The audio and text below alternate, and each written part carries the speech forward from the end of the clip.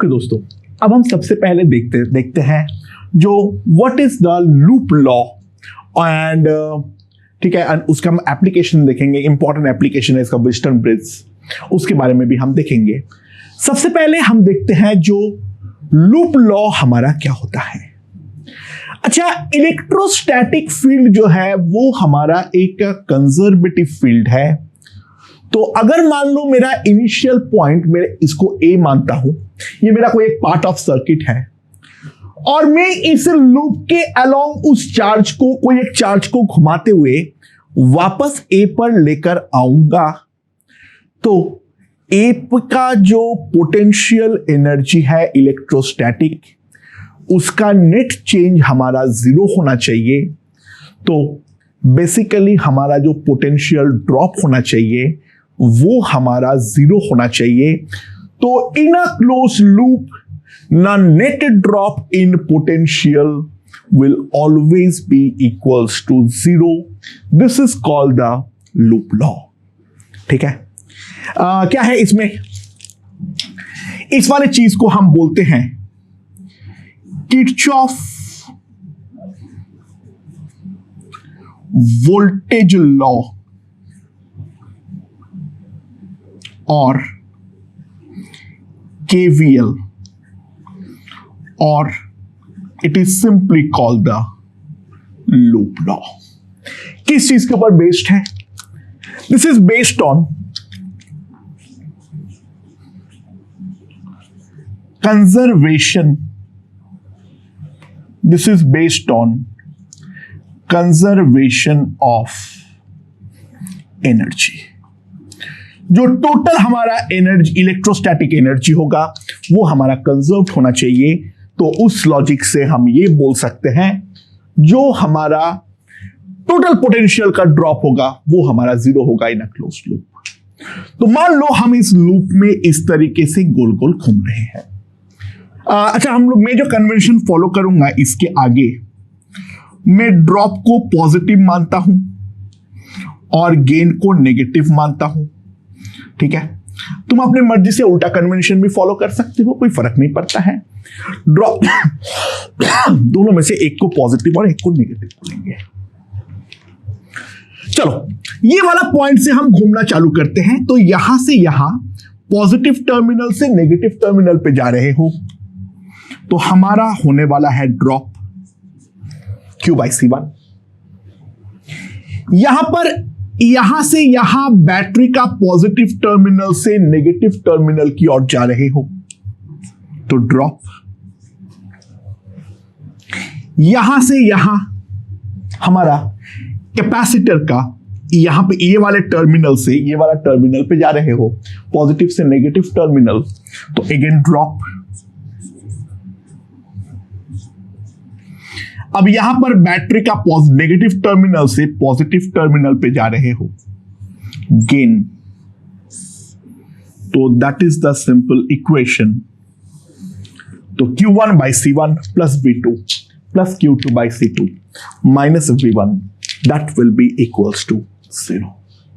ये हमारा simply loop law कहता है। देखो, डायरेक्टली तो लूप लॉ का कोई एप्लीकेशन हमें राइट नाउ दिख नहीं रहा है, ठीक है, बट कुल मिला के जंक्शन लॉ और लूप लॉ ही पूरा का पूरा सर्किट थ्योरी का बैकबोन है। ठीक है, तो अब हम लोग जो करने वाले हैं वो है finding C equivalent, finding C equivalent of general circuits using KCL and KVL। हम KCL और KVL को इस्तेमाल करते हुए हम जनरल कैपेसिटिव सर्किट का C इक्विवेलेंट निकालना चाहेंगे। ठीक है, तो मान लो हमारे पास एक सर्किट दिया हुआ है, समथिंग लाइक दिस। मैं बहुत ही ज्यादा सिंपल एग्जांपल ले रहा हूं क्योंकि मुझे कैलकुलेशन करने का कोई शौक नहीं है, बट मेन बात जो है उसको हम यहां से समझ जाएंगे। यहां पर है 1 mu f, this is also 1 mu f, this is also 1 mu f, this is also 1 mu f, and this is my 2 mu f.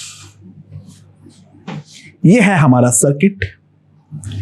इसका जो दोनों टर्मिनल है वहां पर है मेरे पास A और यहां पर ये वाला एंड है B। तो सवाल यहां पर ये है जो find C equivalent between A and B। हमें A और B के बीच में C इक्विवेलेंट जो है वो हमें निकालना है। देखो कोई डायरेक्ट तरीका जो है वो तो यहां पर हमें राइट नाउ नजर नहीं आ रहा है, क्योंकि सीरीज या पैरेलल डायरेक्टली तो हम बोल ही नहीं सकते हैं। तो ऐसे केसेस में जहां पर हमारे पास और किसी भी प्रकार का हथियार नहीं है, तो इन दैट केस हम सिंपली एक काम करेंगे, हम यहां पर एक बैटरी लगा देंगे ऑफ वोल्टेज V0, और ये वोल्टेज V0 लगाते हुए मैंने ध्यान दिया यहां पर टोटल चार्ज Q मेरा इस तरीके से फ्लो किया। अगर बैटरी V0 लगाने पर ये हमारा टोटल चार्ज Q फ्लो किया, तो C इक्विवेलेंट जो हमारे पास आएगा that will be simply Q by V0। हमें Q को इन टर्म्स ऑफ V0 निकालना है, and after that we are simply done. So obviously बात है, यहां पर मेरा जब Q जाएगा वो मेरा दो पार्ट में डिस्ट्रीब्यूट होगा। तो मैंने मान लिया ये वाला डायरेक्शन में Q1 गया है और ये वाला डायरेक्शन में Q2 गया है। अच्छा, ये वाला Q1 जो है वो भी मेरा दो पार्ट में डिवाइड होगा। तो यहां से मेरा Q3 गया है और यहां पर मेरा Q4 गया है, एंड ये वाला ब्रांच पे जो हमारा चार्ज है that will be simply Q5। हम इस तरीके से लिख सकते हैं चार्ज का फ्लो, एंड पोलैरिटी ऑटोमेटिकली हमारा डिसाइडेड है, जैसे मैंने चार्ज फ्लो दिखाया हूं, plus minus plus minus plus minus plus minus plus minus, sorry.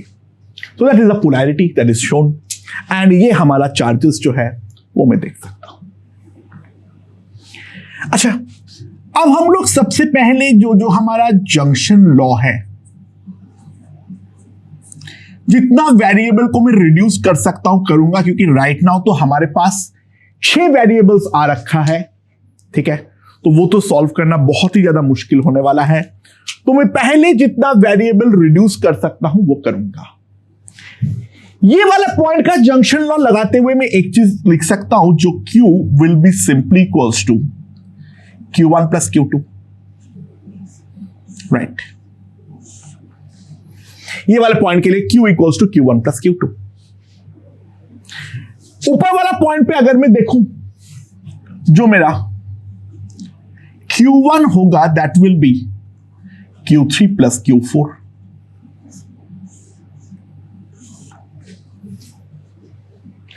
और नीचे वाले पे अगर देखो यहां पर Q2 आ रहा है, यहां पर Q4 आ रहा है, और यहां से Q5 जा रहा है, तो Q2 plus Q4 that will be equals to Q5।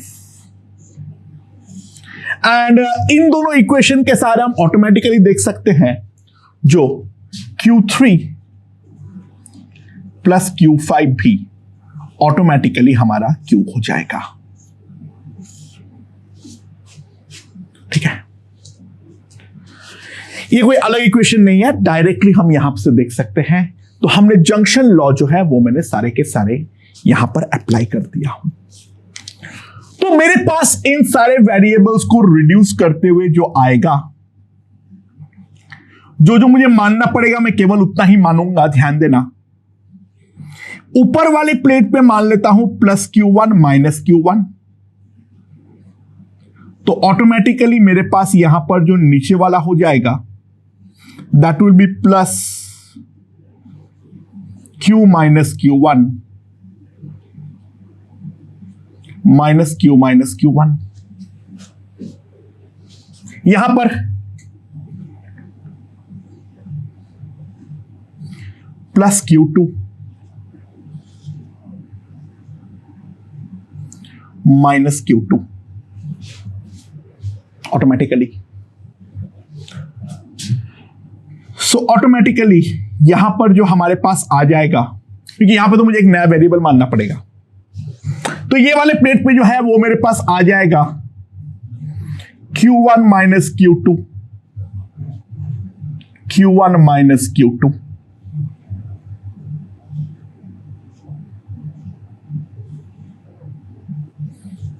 और यहां पर अगर हम ध्यान दें, जो टोटल चार्ज यहां से हमारा जो निकल रहा है वो Q निकल रहा है, तो यहां पर इस प्लेट पे जो चार्ज होगा Q minus Q1 plus Q2, और इस वाले प्लेट पे चार्ज होगा Q minus Q1 plus Q2। ये हमारे पास आ जाएगा। एंड यहां पर हमारा बैटरी जो है वो हमारा कनेक्टेड है लाइक दिस। हमारे पास अब कितने वेरिएबल्स हैं? 3, Q, Q1, Q2। तो हमें 3 इक्वेशन का फॉर्मेशन करना पड़ेगा। KCL अब हमारा आउट ऑफ इक्वेशन है, तो अब मुझे जो लगाना पड़ेगा वो मेरा लूप लॉ लगाना पड़ेगा। तो लूप लॉ लगाने के लिए हम सबसे पहले ये वाला लूप लेते हैं। तो ये वाले लूप के अलोंग घूमने पर, मैंने इस तरीके से घूम रहा हूं क्लॉकवाइज, हमारा नेट ड्रॉप 0 होना चाहिए। तो इसका जो लूप लॉ है, मैं क्या लिख सकता हूं? इस पे अक्रॉस ड्रॉप Q1 बाई 1, इसके अक्रॉस ड्रॉप Q2 बाई 1, इसके across gain minus Q minus Q1 by 1, that will B 0। तो मेरे पास आ जाएगा Q will be equals to 2Q1 plus Q2। ये मेरे पास यहां पर आ जाएगा, राइट। नाउ अगला क्या है? यहां पर घूमते हैं, ये वाले लूप पर भी नेट ड्रॉप 0 होना चाहिए, ठीक है। तो नेट ड्रॉप अगर हम 0 को देखना चाहते हैं तो हम क्या लिखेंगे? यहां से यहां drop Q1 minus Q2 by 1,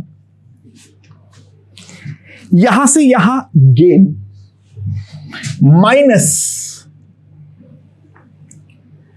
Q minus Q1 plus Q2 by 2, ठीक है। एंड यहां से यहां वापस gain minus Q2 by 1, that must be equals to 0। तो मेरे पास क्या आ जाएगा? 2Q1 minus 2Q2 minus Q plus Q1 minus Q2 minus 2Q2, that is equals to 0. यानी what I can write is Q will be equals to Q1 plus Q1 3Q1, और यहां पर हो जाएगा 2 2 4 5 माइनस 5Q2। ये हमारे पास important result जो है वो हमारे पास आ जाएगा। सो हम Q1 और Q2 को इन टर्म्स ऑफ Q तो यहां से लिख देंगे, लेकिन अभी तक हमारे पास V0 गेम पर नहीं आया है। तो लास्ट गेम को पूरा करने के लिए हमें जो है एक लार्जर लूप लेना पड़ेगा। तुम या तो नीचे वाला लूप ले लो या तो ऊपर वाला लूप ले लो, इट रियली डजंट मैटर। अच्छा, ये पूरा लूप मत ले लेना, वहां से दोनों इक्वेशन का सम आ जाएगा, क्योंकि ये लूप प्लस ये लूप वही तो हमारा नेट लूप है। ठीक है, तो इन दोनों लूप का इंडिविजुअल तुम लिख चुके हो, तो ये वाले पूरा लूप का लिख के तुम कुछ नया इक्वेशन नहीं निकालोगे। उन दोनों इक्वेशन का सिंपली हमारे पास एडिशन आ जाएगा। इसके अलावा हमारे कोई भी नया फायदा नहीं मिलने वाला है। तो या तो ये बड़ा वाला लूप ले लो या तो ये नीचे वाला ले लो, डजंट मैटर। ऊपर पे चार्जेस थोड़ा अच्छा लिखा हुआ दिख रहा है, इस कारण में मैंने ऊपर वाला पाथ प्रेफर किया। तुम नीचे वाला भी कर सकते हो, कोई फर्क नहीं पड़ता, एग्जैक्टली सेम है। और ऊपर दोनों 1-1 भी है, तो इसलिए मैंने ऊपर वाला प्रेफर किया। Otherwise there is no particular inclination towards ऊपर या नीचे, दोनों इक्वल पर्पस हमारा सॉल्व करने वाला है। सो ये वाले लूप पे यहां से यहां ड्रॉप,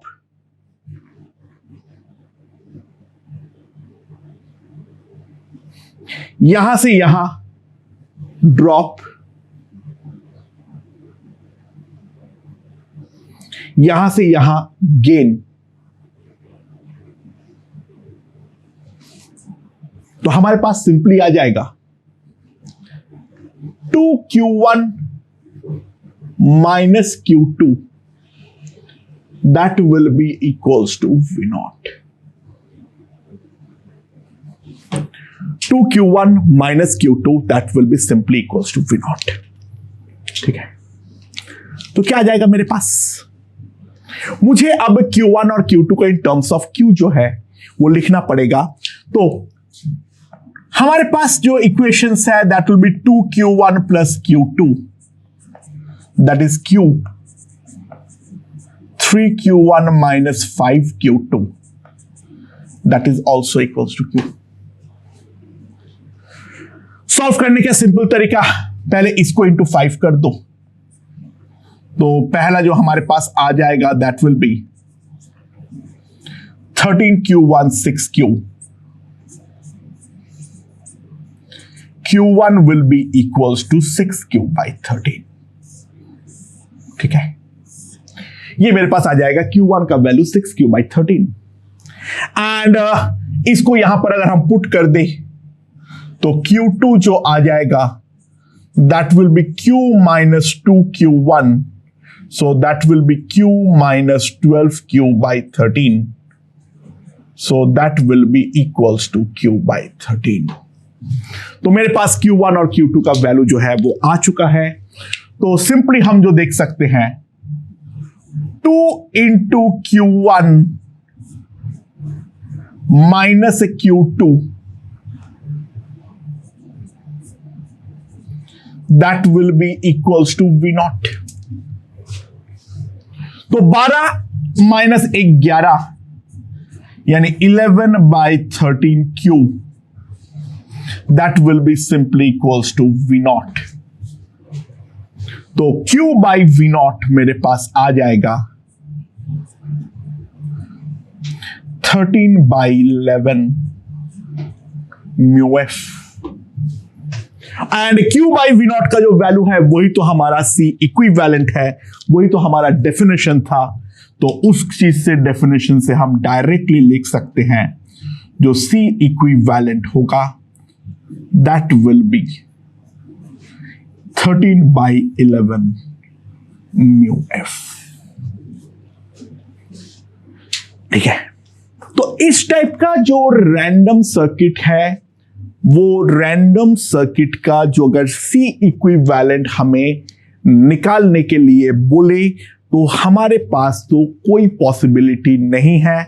ठीक है, हमारे पास तो कोई पॉसिबिलिटी नहीं है, हमें इसी तरीके से आगे प्रोसीड करना पड़ेगा with the help of junction rule and the loop rule ही हम ये वाले सर्किट का C इक्विवेलेंट जो है वो हम निकाल पाएंगे। ठीक है, अच्छा, ये टाइप का सर्किट को हम बोलते हैं व्हिटस्टोन ब्रिज सर्किट। ये एक स्पेशल प्रोफाइल का सर्किट है जिसको हम बोलेंगे व्हिटस्टन ब्रिज सर्किट। ओके ओके दोस्तों, तो अब हम लोग एक जनरल सर्किट पर आते हैं। व्हिटस्टन ब्रिज है, ठीक है, एंड वहां पर क्या है, मेरे पास C1 C2 C3 C4 और C5 हमें दिख रहा है। हमें C5 का ऊपर जो चार्ज है वो निकालना है और साथ में वो भी कंडीशन निकालो जिससे C5 के ऊपर चार्ज जो है वो हमारा 0 हो जाए, ठीक है। तो ऑब्वियसली यहां से हमारा मान लो Q चार्ज फ्लो करता है, तो यहां पर जो हो जाएगा मेरे पास प्लस Q1 माइनस Q2, ठीक है, sorry plus Q1 minus Q1। यहां पर तो चार्ज हो जाएगा मेरे पास प्लस Q माइनस Q1 और ऑटोमेटिकली उतना ही माइनस यहां पर आ जाएगा। यहां पर मेरे पास जो हो जाएगा that will B plus Q2 minus Q2। यहां पर जो चार्ज हो जाएगा that will B plus Q1 minus Q2, उतना ही माइनस यहां पर भी हो जाएगा और यहां पर जो चार्ज हो जाएगा that will B plus Q minus Q1 plus Q2, ठीक है। इतना चार्ज जो है वो हमारे पास हो जाएगा। तो यहां पर हमारे पास सिंपली हम देख सकते हैं, एक सेकंड, कितना आ जाएगा Q2 और यहां से आ जाएगा Q माइनस, सॉरी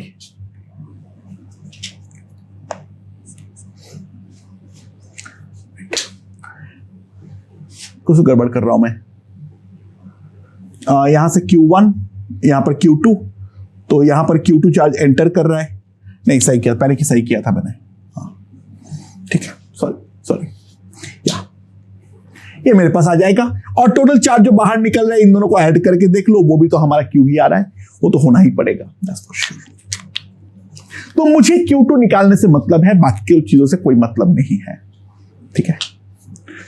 तो पहले ये वाले लूप पर आ जाओ, तो हम क्या लिख सकते हैं, Q1 by C1 plus Q2 by C5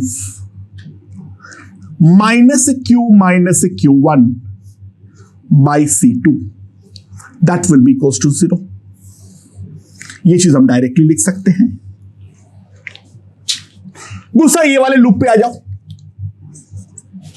क्या आ जाएगा मेरे पास, Q1 minus Q2 by C3 minus Q minus Q1 plus Q2 by C4 minus Q2 by C5 that will be equals to 0। And the last equation में बड़ा वाला loop को लिख देता हूं। बड़े वाले लूप को लिखते हुए यहां से यहां drop Q1 by C1 plus Q1 minus Q2 by C3 that will be equals to V0।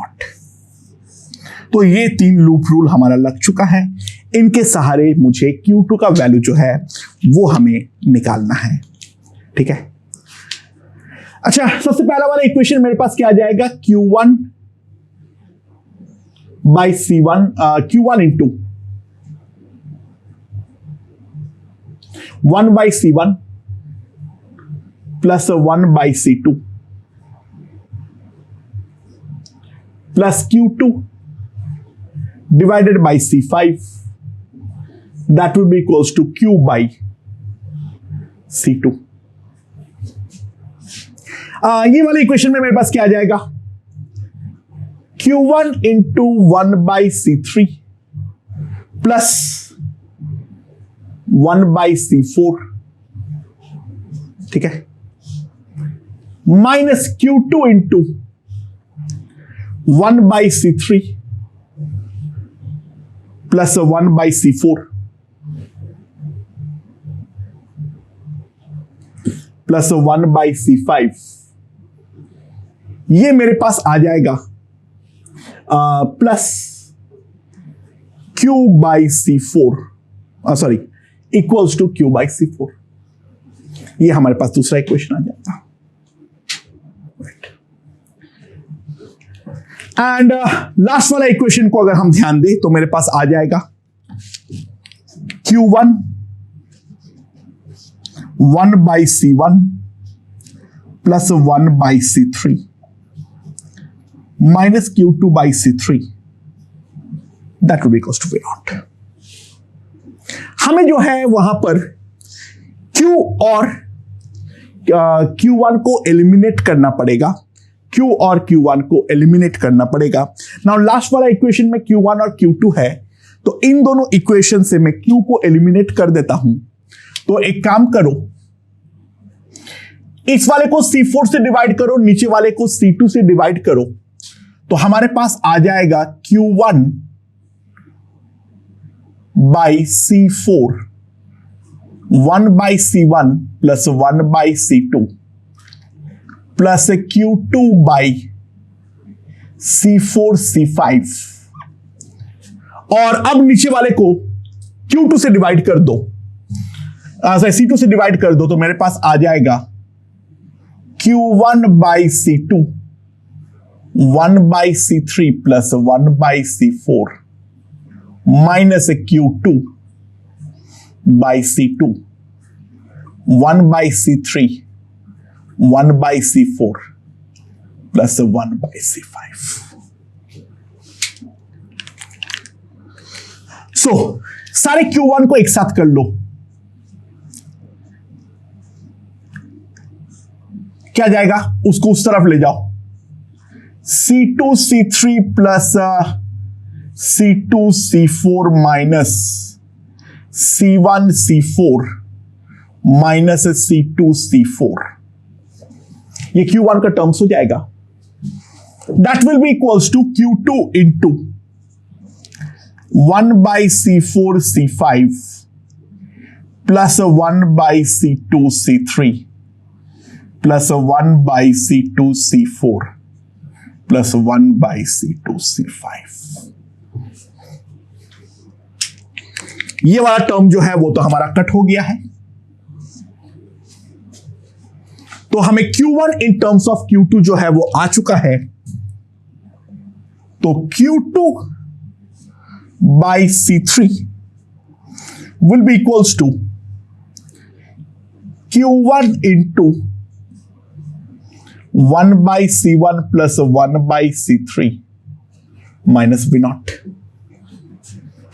ठीक है, या फिर एक काम करो, sorry, V0 will be equals to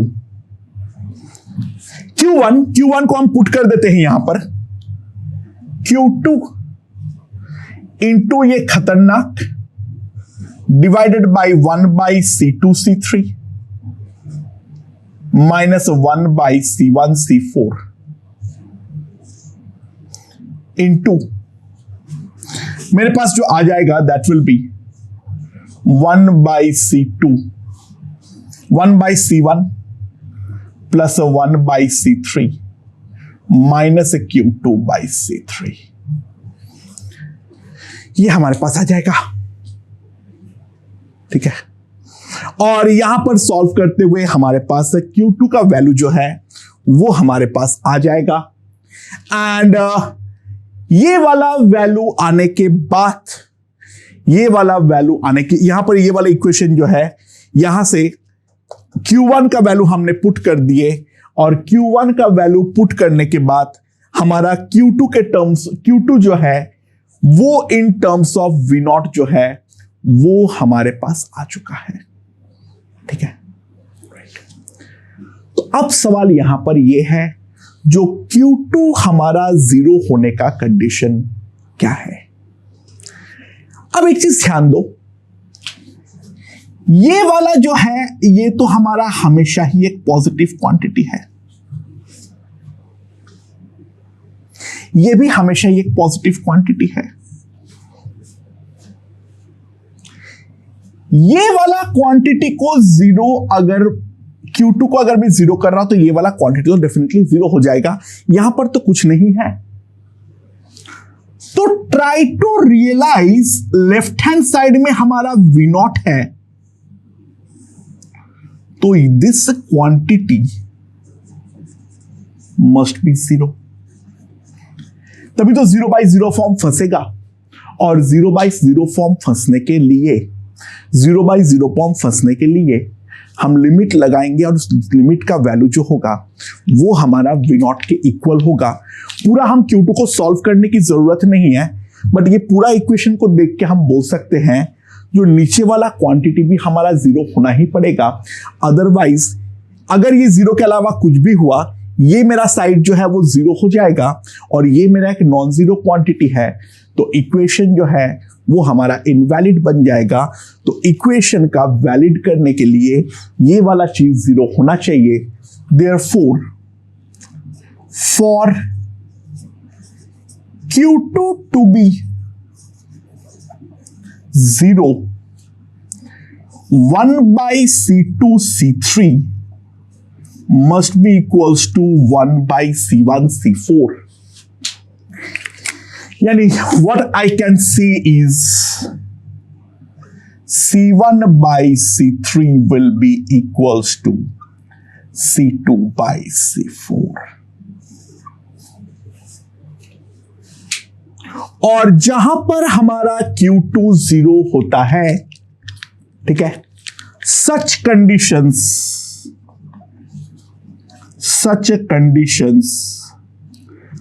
are called balanced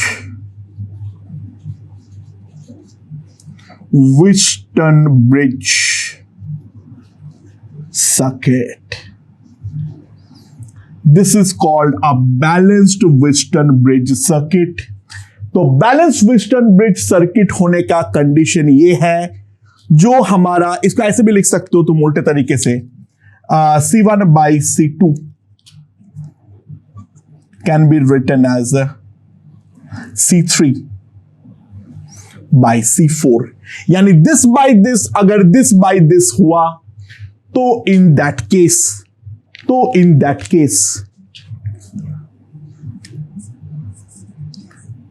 the capacitor C5 will remain uncharged.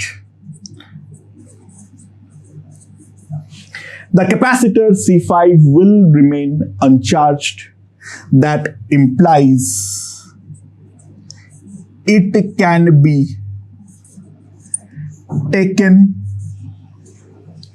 out of circuit. हम simply इसको circuit के बाहर जो है वो हम कर सकते हैं, और जैसे ही हम सर्किट के बाहर कर लेंगे तो सर्किट के बाहर करने पर C1 C3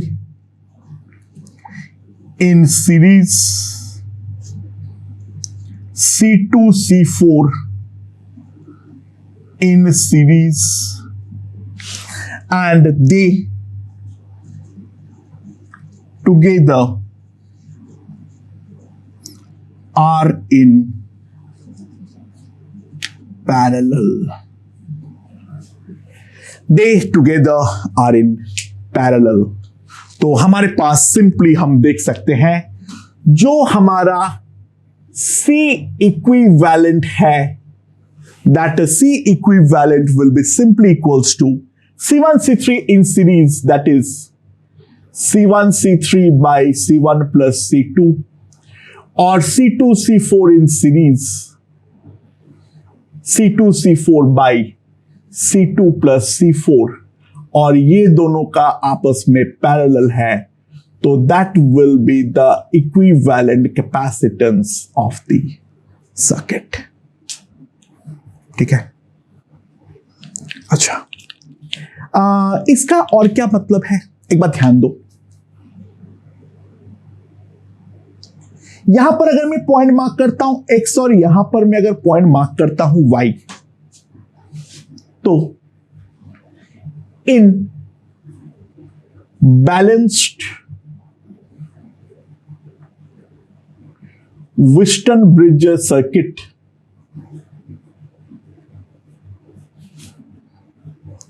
Vxy must be equals to 0. इन दोनों पॉइंट के बीच में कोई भी पोटेंशियल डिफरेंस हमारा नहीं होने वाला है। ठीक है, अच्छा, नहीं होने का मतलब क्या है? ध्यान दो, अगर हम इस चीज पे ध्यान दें, अच्छा, ये इसके बीच Vx और Vy हमारा इक्वल है, तो ये अनचार्ज्ड है, तो ऊपर का दोनों हमारा सीरीज पर होगा, ठीक है, और नीचे का दोनों हमारा सीरीज पर होगा। तो इसके अक्रॉस जो पोटेंशियल डिफरेंस होगा V1, वो मैं क्या लिख सकता हूं? जो टोटल पोटेंशियल डिफरेंस है V0, ठीक है, द टोटल पोटेंशियल डिफरेंस है V0 इंटू C1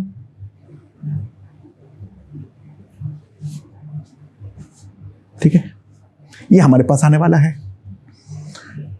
जो हमारा टोटल इसके पूरे के अक्रॉस जो है वो हमारा है V0, तो V1 और V2 में जो हमारा डिवीजन होगा, दोनों में चार्ज तो हमारा इक्वल होगा। इसे देख सकते हैं, जो भाई C1 V1 must be equals to C3 V3। यहां पे V3 का वैल्यू को हम लिख सकते हैं V0 माइनस V1, तो V1 का वैल्यू आ जाएगा मेरे पास simply C3 V0 by C1 plus C3। वो है इन दोनों पॉइंट के बीच का पोटेंशियल डिफरेंस। और सिमिलरली नीचे वाले पे अगर आ जाओगे तो तुम्हारे पास क्या आ जाएगा? C2 V2 C4 into V0 minus V2. So what I can write is V2 will be C2 V0 by C2 plus C4। ये हमारे पास कंडीशन आ जाएगा। ये आ गया है मेरे पास V1 और V2 का वैल्यू। तो V1 और V2 का वैल्यू अगर आ गया है तो V1 must be equals to V2, यानी C3 by C1 plus C3 will B C2 into C2 plus C4। तो मेरे पास क्या आ जाएगा? यहां पर अगर हम देखें मल्टीप्लाई करेंगे तो C2 C3 का टर्म जो है वो तो हमारा कटेगा, तो C1 यहां पर गड़बड़ कर दिया, सॉरी, ये C4 था, सॉरी। तो हमारे पास अगर हम ध्यान दें तो क्या आ जा रहा है? यहां पर कौन सा टर्म हमारा कटेगा? C3 C4 का टर्म कटेगा, तो C1 C4 will be C2 C3, यानी C1 by C2 will B C3 by C4। तभी तो हमारा X और Y इक्वी पोटेंशियल में आएगा और वहां पर ये वाला चीज जो है वो हमारा अनचार्ज बन जाएगा, and that is called the balanced Wheatstone bridge circuit. That is a very very important thing in our circuit theory. बहुत सारी जगह पर हम लोग इस चीज का इस्तेमाल करते हैं। अब एक इंपॉर्टेंट नोट है,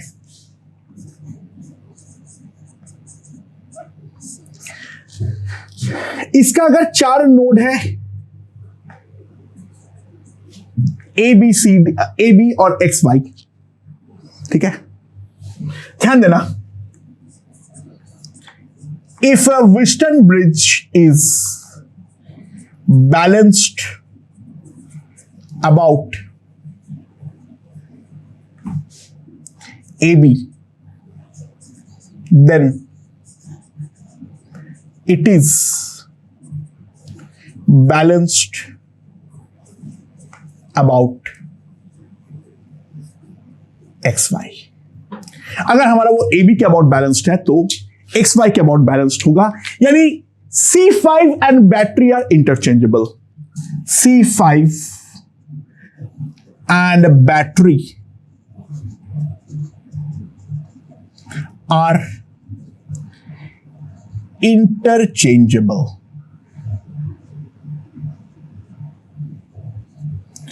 क्या बोलना चाह रहे हो सर? मतलब मैं ये बोलना चाह रहा हूं, जो अगर मेरा सर्किट यहां पर बैलेंस्ड है,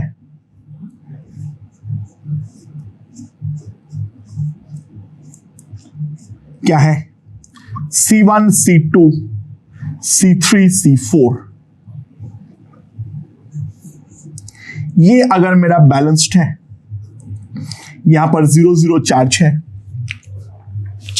तो उल्टा कर दो, यानी इन दोनों पॉइंट के अबाउट बैटरी लगाओ और इसके अबाउट हम लोग C5 लगा दे।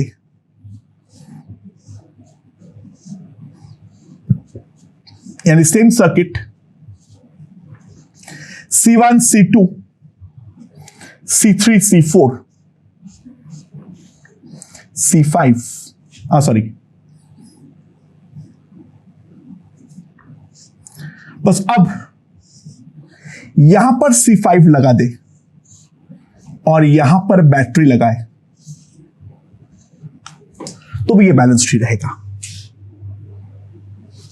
यहां पर अगर हमारा बैलेंस्ड है तो यहां पर भी बैलेंस्ड रहेगा, यानी इन दोनों पे चार्ज हमारा 0 ही आने वाला है।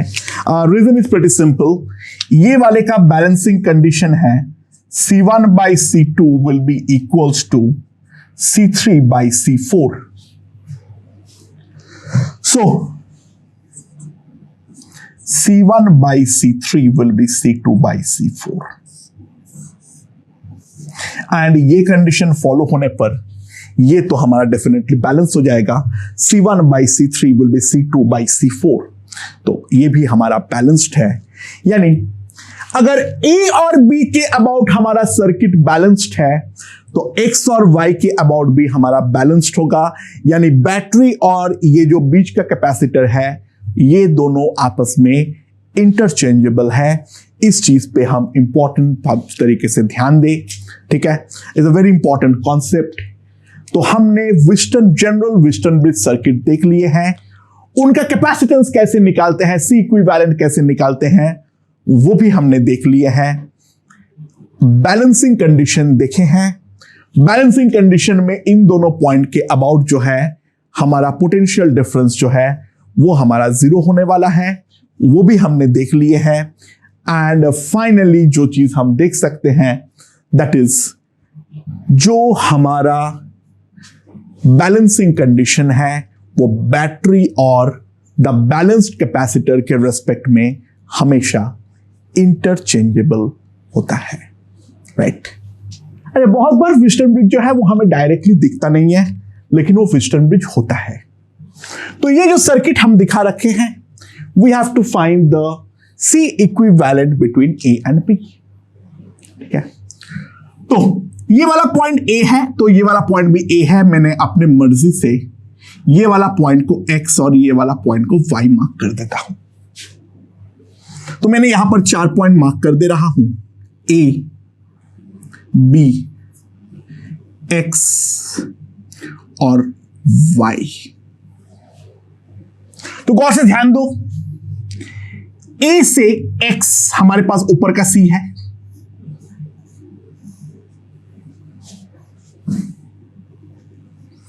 अच्छा ये वाला पॉइंट ए है, ये वाला पॉइंट वाई है, तो ए से वाई हमारे पास एक सी है। बी से एक्स ये वाला सी है,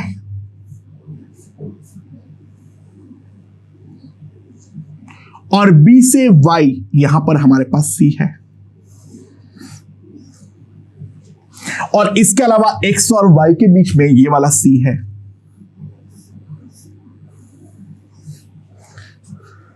सो गौर से ध्यान दो, गौर से ध्यान दो, ये हमारा this by this will be this by this, तो ये चीज हमारा खत्म हो गया है। तो इसको खत्म करने के बाद C C series C by two, C C series C by two, तो C equivalent C by two plus C by two that is equals to C. ये हमारे पास इक्विवेलेंट कैपेसिटेंस जो है वो हमारा आ जाएगा, राइट। ओके, तो यहां पर देखो बहुत बार व्हिटस्टोन ब्रिज जो है वो हमारा सर्किट के अंदर छुपा हुआ होगा, तो यहां पर अगर हम गौर से ध्यान दें, हमें ए और बी के बीच में इक्विवेलेंट कैपेसिटेंस निकालना है।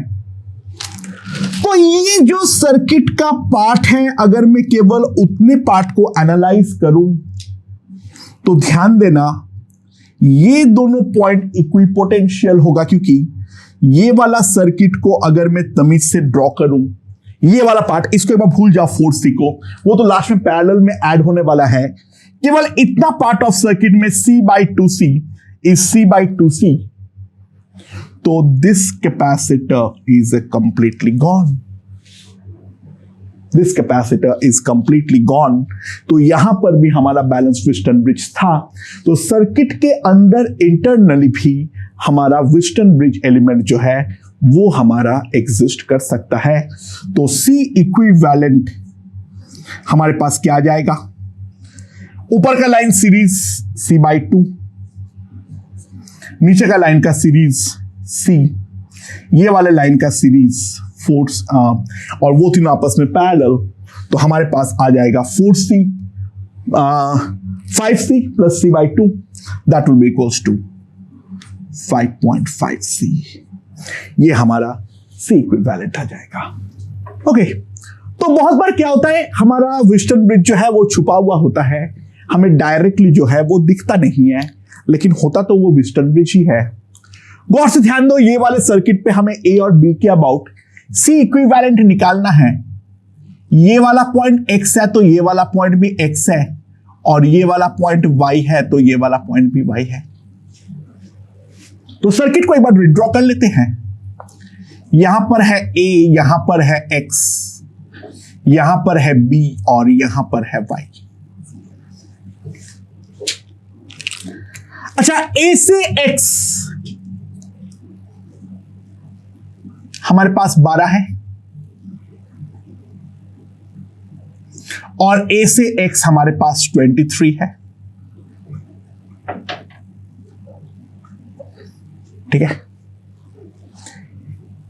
B से X एक ही है हमारे पास, दैट इज 7।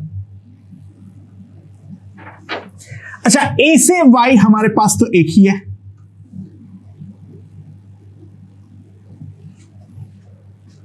और B से Y अगर मैं देखूं तो 2 है।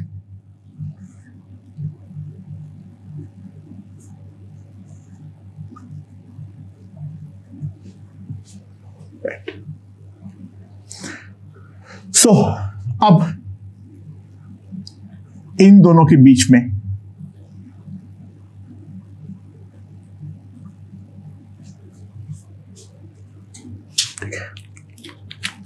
सर मैं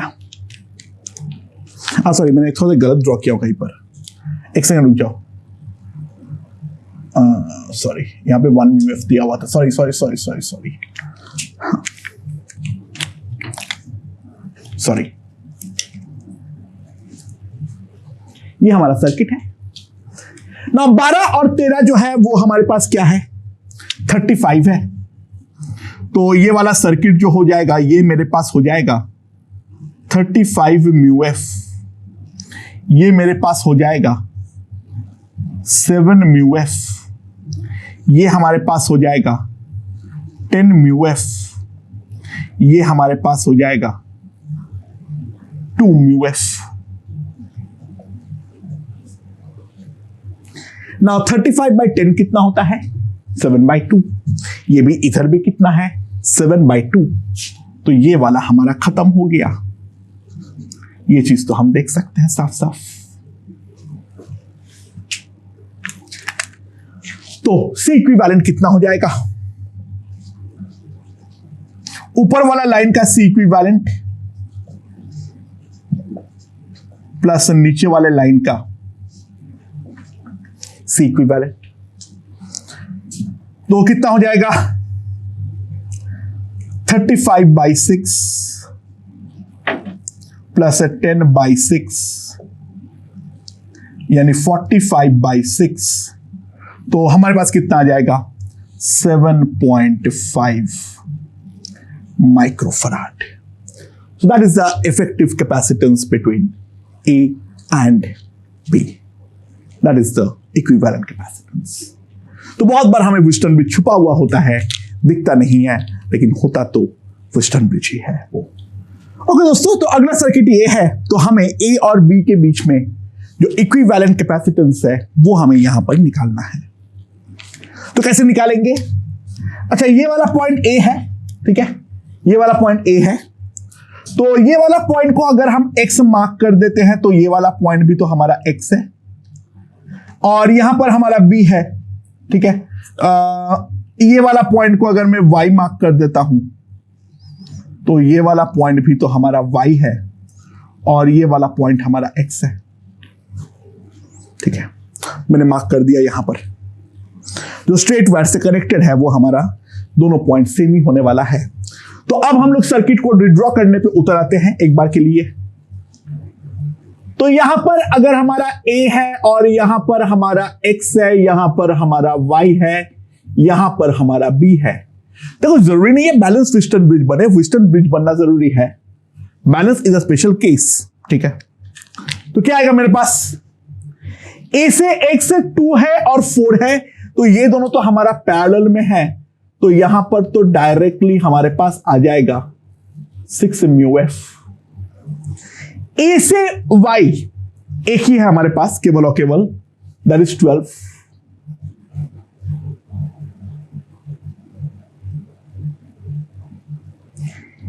B से X एक है हमारे पास 12।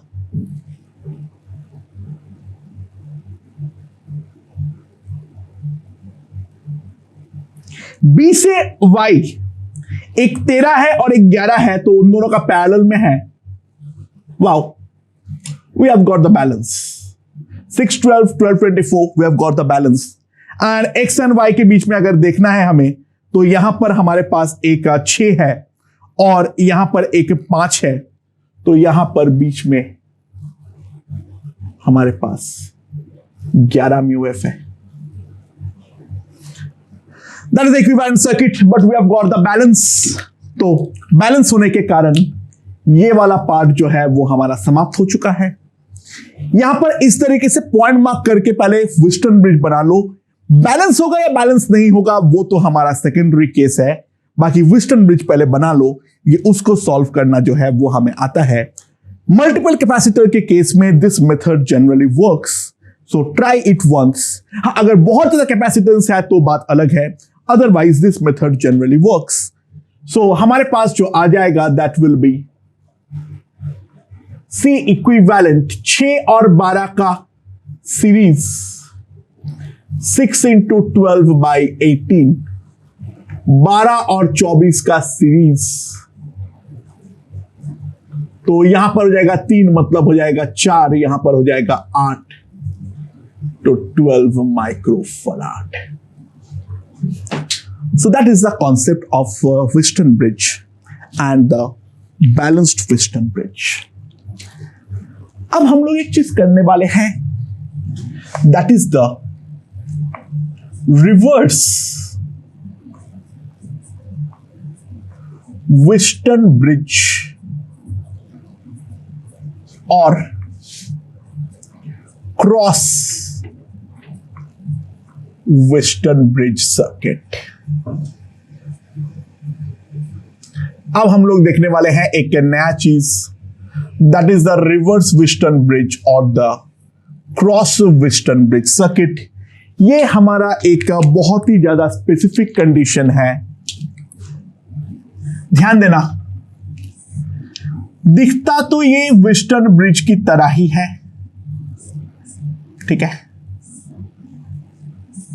यहां पर C1 है, यहां पर C2 है, C3 है, ये C4 है, ये हमारा A है और ये हमारा B है,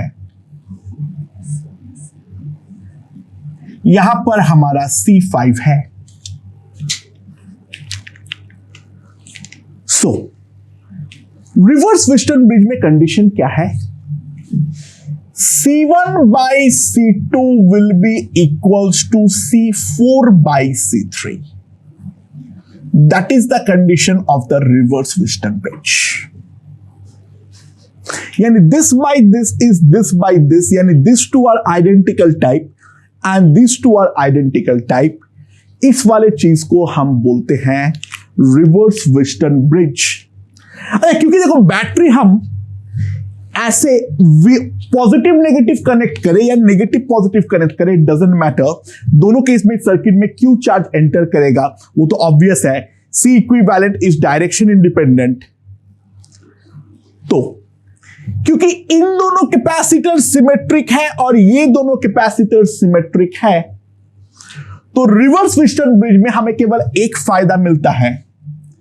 अगर तुम C1 वाले पे चार्ज मानते हो Q1 माइनस Q1 और C2 वाले पे मानते हो Q2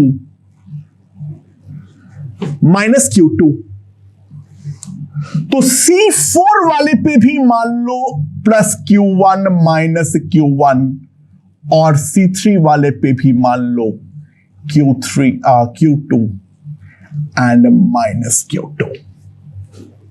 बाकी इसके आगे और कोई फायदा नहीं होता है। उसके बाद केवीएल अप्लाई करना ही पड़ेगा। बट इन दोनों पे अगर Q1 और माइनस Q1 माने हो, तो इधर वाला जो सिमेट्रिक प्लेट है वहां पर भी Q1 और माइनस Q1 होगा, और इस पर अगर Q2 और माइनस Q2 माने हो तो ये वाले पे भी Q2 और माइनस Q2 होगा। तो ऑटोमेटिकली इस वाले प्लेट पे जो चार्ज हो जाएगा that will be Q1 minus Q2 minus Q1 minus Q2। और ये करने के बाद now apply KVL KCL to get C equivalent. अच्छा, इसमें बस फायदा ये होता है, वहां पर जो नॉर्मल हमने व्हिटन ब्रिज से स्टार्ट किए थे बिफोर बैलेंसिंग, हमें 3 बार लूप लेना पड़ता है। यहां पर तुम अपने मर्जी से इन दोनों में से कोई भी एक लूप ले लो, फर्क नहीं पड़ता है, दोनों इक्वेशन एग्जैक्टली सेम आ जाएगा। तुम अपने मर्जी से कोई भी एक ले लो, इट डजंट मैटर। ये वाला लूप या ये वाला लूप, दोनों लूप पे इक्वेशन सेम आएगा, तो दोनों लूप को अलग अलग से लिखने का कोई मतलब नहीं बनता है। ठीक है, वो इक्वेशन जो है वो दोनों में ही हमारा सेम आ जाएगा। तो हम एक लूप रूल लिखने से हम यहां पर बच जाते हैं। तो क्या फंडा है यहां पर, एक सिंपल केस कर लेते हैं। मान लो हमारे पास यहां पर है 1 μF, यहां पर हमारे पास है 2 μF, यहां पर हमारे पास है 2 μF, यहां पर हमारे पास है 1 μF, इन दोनों के बीच में है 1 μF। हमें C इक्विवेलेंट निकालना है अबाउट A एंड B। तो इसके अक्रॉस हम जो है V0 कनेक्ट कर देंगे। अच्छा, बाय द वे तुम V0 के बदले कोई स्पेसिफिक वैल्यू भी ले सकते हो। बहुत लोग इसको 100 लेके चालू करते हैं क्योंकि कैलकुलेशन थोड़ा अच्छा हो जाए। मेरा पर्सनल एक्सपीरियंस कहता है कुछ खास फर्क नहीं पड़ता है। मेरा पर्सनल एक्सपीरियंस कहता है कुछ खास फर्क नहीं पड़ता है। दोनों में ही कैलकुलेशन का लेंथ लगभग हमारा सेम ही रहता है। तो ये वाले प्लेट पे चार्ज दे दो प्लस Q1। यहां से चार्ज फ्लो को अगर मैं Q मानूंगा, ये वाला प्लेट प्लस Q1, ये वाला प्लेट होगा Q माइनस Q1, ये वाला प्लेट हो जाएगा मेरे पास प्लस Q माइनस Q1। और यहां पर अगर हम ध्यान दें तो Q1 यहां से एंटर कर रहा है, Q माइनस Q1 यहां पर चला जा रहा है, तो यहां से जो जाएगा that will B plus 2Q1 minus Q। ठीक है, समझ? तो ये हमारे पास आ जाएगा। तो इसके अकॉर्डिंग अब लूप रूल लगाओ। यहां पर लूप लगा देते हैं, यहां पर लूप हम लगा देते हैं। तो लूप में क्या आ जाएगा, Q1 बाई 1 ड्रॉप। यहां पर भी तो हमने ड्रॉप लिए हैं plus 2Q1 minus Q by 1। यहां से यहां gain minus Q minus Q1 by 2 that will be 0. तो 2q1 plus 4q1 minus 2q minus q plus q1 will be 0, यानी 3q हमारे पास आ जाएगा 7q1.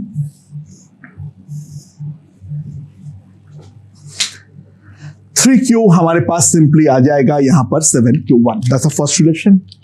और फिर ये बड़ा वाला लूप ले लो तो मेरे पास आ जाएगा V0 will be equals to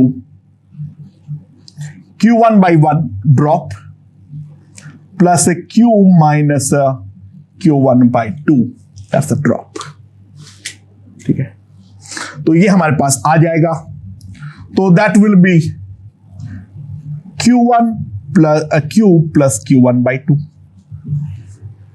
sorry नहीं, क्या बोल रहा हूं, q plus q1 by 2. ठीक है, ये हमारे पास V0 का वैल्यू हो जाएगा. q1 अगर हम देखें दैट इज 3q by 7. इसको यहां पर पुट कर दो, 3q by 7 डिवाइडेड by 2, तो मेरे पास आ जाएगा 10q by 14 यानी 5q by 7. ये हमारे पास आ जाएगा. तो मेरे पास आ जाएगा q by V0, that will be C equivalent